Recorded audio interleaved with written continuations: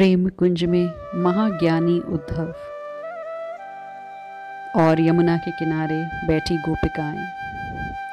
गोपिकाएं एकाएक बोल उठी, भला पूछो ये ललित लताएं क्यों फूल रही हैं?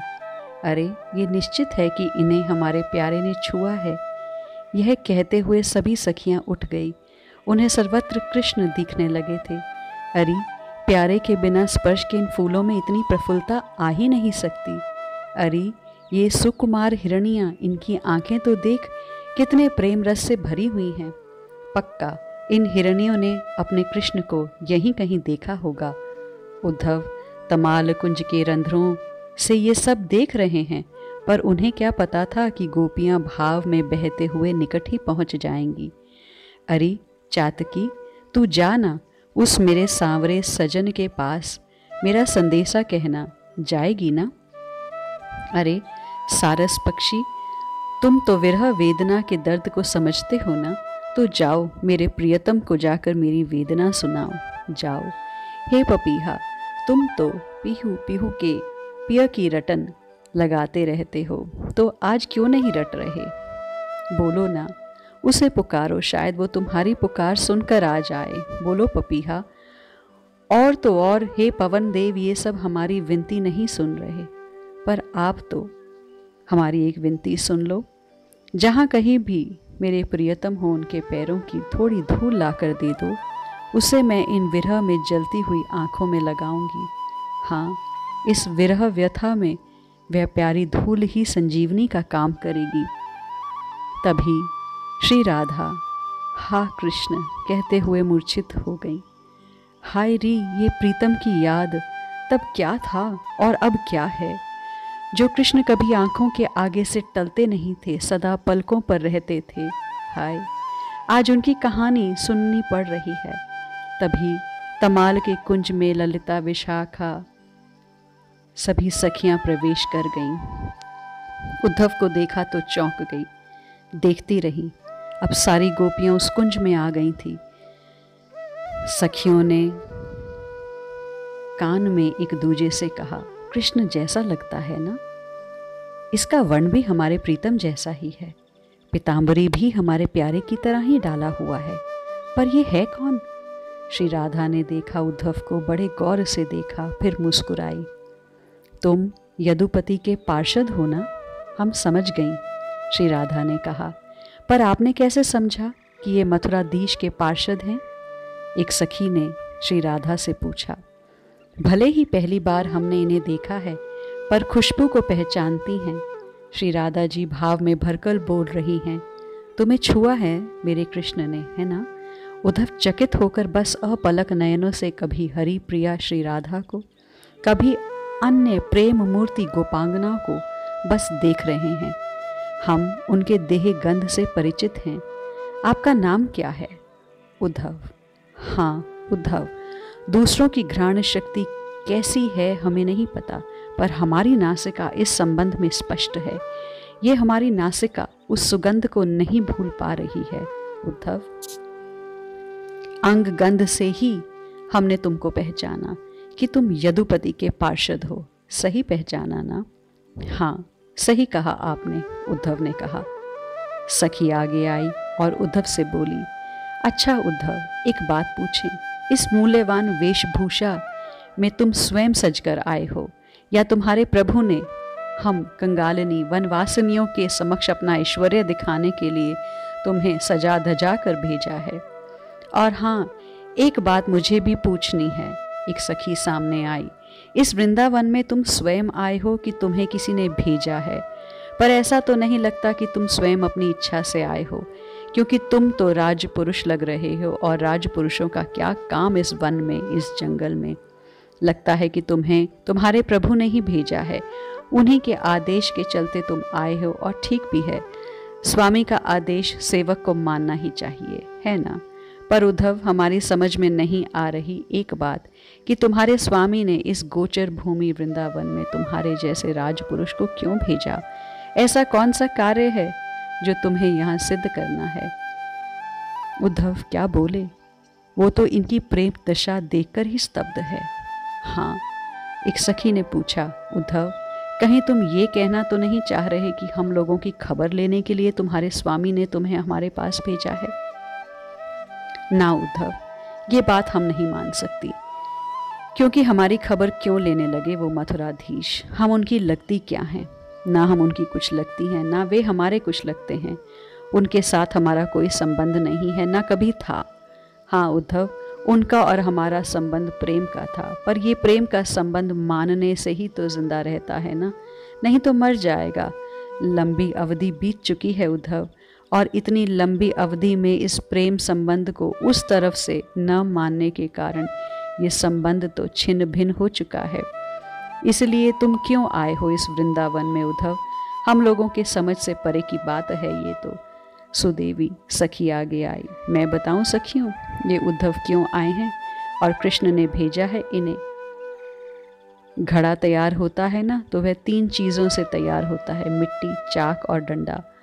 अब घड़ा भले ही तैयार होकर अहंकार करे कि मुझे तैयार करने में किसी का हाथ नहीं, ना चक्र का ना दंड का, पर सच्चाई तो यही है कि मिट्टी को वो कैसे अस्वीकार करे, क्योंकि मिट्टी ही तो उसमें है। ऐसे ही उद्धव जी, तुम्हारे कृष्ण भले ही हम चक्र और दंड को अस्वीकार करें, पर अपने माता पिता रूपी मिट्टी को कैसे अस्वीकार कर सकते हैं? अरे माता पिता के संबंध का मोह तो बड़े बड़े ऋषि मुनि नहीं छोड़ पाते उद्धव। हम समझी हमारे माता पिता को सांत्वना देने के लिए अपने सेवक को यहाँ भेजा है। वाह, खैर ये तो अच्छा ही हुआ, पर हमें खेद है, कंगाल का बेटा अगर राजा बन जाता है तो कंगाल माता पिता के भाग्य में ऐसा ही अपमान लिखा होता है। उद्धव चकित होकर देखने लगे उन गोपियों की ओर। ये बोल क्या रही हैं? हाँ उद्धव, चकित होने की आवश्यकता नहीं है। जिन्होंने अपने हृदय के वात्सल्य प्रेम से जिसको सींचा, लालन पालन किया, आज उनकी खबर लेने के लिए स्वयं न आकर अपने सेवक को भेज दिया। वाह जी। हाँ, अब तो वो बड़े हो गए हैं ना, मथुराधीश जो हो गए हैं, स्वयं आने का कष्ट क्यों उठाने लगे? एक सखी अपने आंसुओं को पोंछती हुई आगे आई और हंसती हुई फिर बोली, खैर जो हुआ अच्छा ही हुआ, पर इसका तो जवाब दो उद्धव। तुम्हारे देह पर जो ये मोतियों की लड़ी, सुवर्ण के आभूषण, हीरों के कुंडल कानों में पहन कर आए हो, ये स्वयं पहन कर आए हो या तुम्हारे स्वामी ने अपने माता पिता को दिखाने के लिए अपने हाथों से पहनाए हैं? माता पिता को ये दिखाने के लिए कि देखो कितनी चकाचौंध है मेरी मथुरा में, कितना ऐश्वर्य है मेरी मथुरा में। हाँ, इसी चकाचौंध को दिखाकर सांत्वना देने के लिए शायद ये सब पहनाकर तुम्हें भेजा होगा उद्धव, है ना? पर तुम रास्ता क्यों भटक गए उद्धव? ये रास्ता तो है ही नहीं कृष्ण के माता पिता के घर जाने का रास्ता। उधर से जाओ, वो रास्ता जाता है। जाओ उद्धव, माता पिता बहुत खुश होंगे, उनके पुत्र का सेवक इतने गहने पहन कर आया है, तो उनका पुत्र कितना ऐश्वर्यवान होगा, कितनी चकाचौंध होगी। सखी आगे आई और अश्रुपात करते हुए बोली, उद्धव सच में हमें याद नहीं किया कृष्ण ने? उद्धव सच बोलो, क्या मथुरा से चलते समय एक बार भी कृष्ण ने ये नहीं कहा कि मेरी राधा कैसी है, मेरी सखियाँ कैसी हैं, मेरी गोपियाँ कैसी हैं? एक बार भी नहीं कहा। बोलो उद्धव बोलो। ये कहते हुए सभी गोपियाँ रोने लगी थीं। उफ, उनके आंसू पनारे बन रहे थे, पनारे नदी बन रहे थे। नदी देखते देखते प्रेम का सागर बन गई थी और उद्धव का ज्ञान सागर उस प्रेम सागर में डूबने लगा था। अद्भुत धोरी प्रेम की जामे बांधे तोए, ज्यों ज्यों दूर से धारिए त्यों त्यों लांबी होए। खड़े के खड़े रह गए उद्धव। इनको पता भी नहीं चल रहा कि गोपियों के प्रेम में इनका ज्ञान, इनका योग सब बहता जा रहा था। क्या सोच कर आए थे मथुरा से ये उद्धव कि गोपियों को ज्ञान मंत्र की दीक्षा दूंगा, पर कितने प्रेम से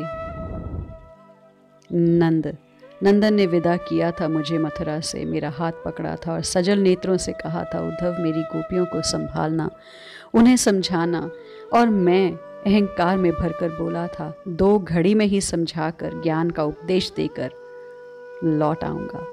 2 घड़ी? आज 10 दिन होने को आ गए इस वृंदावन में आए, पर अब लौट चलूं? इनको क्या ज्ञान दूंगा मैं? पर अब डर लगने लगा है कि कहीं मैं अपना ज्ञान न भूल जाऊं। चलूं मैं वापस मथुरा? उद्धव विचार करते हैं। सामने श्री राधा रानी मूर्छित अवस्था में पड़ी हैं, उनके चारों ओर गोपियाँ, उनकी प्यारी सखियाँ, कोई पंखा झल रही है तो कोई जल का छींटा उनके मुंह को दे रही है। उद्धव वापस चलने लगे मथुरा की ओर, पर जाते जाते सोचा श्री राधिका के चरणों में प्रणाम तो कर लूं। ये मेरे इष्ट की आह्लादनी है। दूर से ही साष्टांग प्रणाम किया उद्धव ने श्री राधा के चरणों में। तुम कहाँ जा रहे हो? श्री राधा ने पूछा।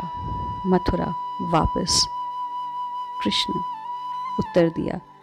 पर तुम यहाँ छुप छुप कर क्यों आते हो? कृष्ण ने कोई उत्तर नहीं दिया। बताओ क्यों आते हो छुप के? कृष्ण बिना कुछ बोले भाग गए। ओह, तुम भाग रहे हो, पर अब मत आना, कभी मत आना। हाँ, मैं सब समझती हूँ। तुम उन मथुरा की नगरियों से डरते हो, तुम चाहने लगे हो उन्हें, वे तुम्हें चाहती हैं। तुम्हारी प्रेयसी मथुरा में भी है, मैं जानती हूँ। इसीलिए तो तुम छुप छुप के आते हो मुझसे मिलने। पर मुझे इस तरह से मिलना प्रिय नहीं है। ये राधा तुम्हारी है तो तुम भी इसी के रहो। मुझे ये सब कपटपूर्ण व्यवहार प्रिय नहीं। आंखें बंद हैं श्री राधा की, और भाव समाधि में ही ये सब देख रही हैं, बुदबुदा रही हैं। प्रेम समुद्र में एक तरंग और जुड़ गई आज। मान, श्री राधा माननी हो गई। नहीं माने ना, तुम चले ही गए ना मथुरा। श्री राधा विरह में लंबी लंबी गर्म श्वास छोड़ने लगी थी। तभी इधर सखियों ने देखा उद्धव साष्टांग लेटे हुए हैं। हे राधे, उद्धव आपके चरणों में प्रणाम कर रहे हैं, सखियों ने कहा।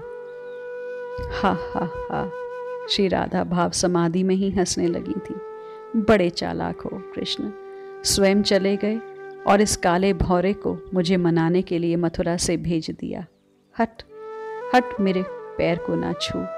सच में उसी समय ही एक भौरा उड़कर श्री राधा के चरणों को छूने लगा था और सामने उद्धव प्रणाम कर रहे हैं। श्री राधा अपने पैरों को हटाती हैं, पर भौरा है कि मानता ही नहीं। तब श्री राधा ने जो उस भौरे से कहा वो प्रेम के हर भाव का स्पर्श करता है। प्रेम के साधकों के लिए ये अद्भुत है।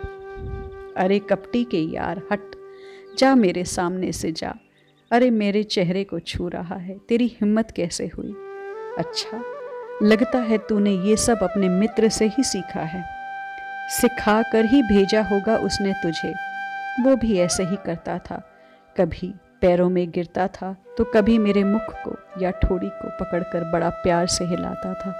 मेरी प्यारी, मेरी जीवन, मेरी प्राण सर्वस्व, यही कहते हुए वो थकता नहीं था। पर अब नहीं मानूंगी ये सब मैं, क्योंकि मैं समझ गई हूँ वो कपटी है और तू उस कपटी का मित्र। हट, मुझे मत छू, क्योंकि तू भी काला है और वो भी काला ही था। कपटी तुम दोनों ही हो। तू भी किसी फूल पे बैठता है ना, तो रस को घूंट घूंट कर उस फूल को छोड़ देता है। इतना ही नहीं सोचता कि बेचारे फूल पर क्या गुजरी होगी। कृष्ण भी ऐसा ही है। हमसे प्रेम किया, खूब प्रेम किया, पर एक दिन हम सबको छोड़कर चला गया। कपटी। अरे अरे भौरे, इधर आ, इधर आ, राधा जी ने भौरे से कहा। उद्धव जी प्रणाम करके वापस मथुरा लौटने वाले थे, पर इस प्रेम नगरी से अब निकल पाना क्या इतना आसान है? जब श्री राधा की दशा देखी तो उद्धव भी स्तब्ध हो गए। उद्धव को लगा था प्रेम का रंग देख तो लिया, प्रेम की छटा देख तो ली, पर नहीं, ये तो प्रेम पाठशाला की प्रवेशिका ही थी जो उद्धव ने अब तक देखा था। कक्षा पहली तो अब शुरू हो रही थी। उद्धव फिर रुक गए और श्री राधा की भाव स्थिति को देखकर रोमांच का अनुभव कर रहे थे। आज के लिए इतना ही। शेष चर्चा आगे। श्री राधा।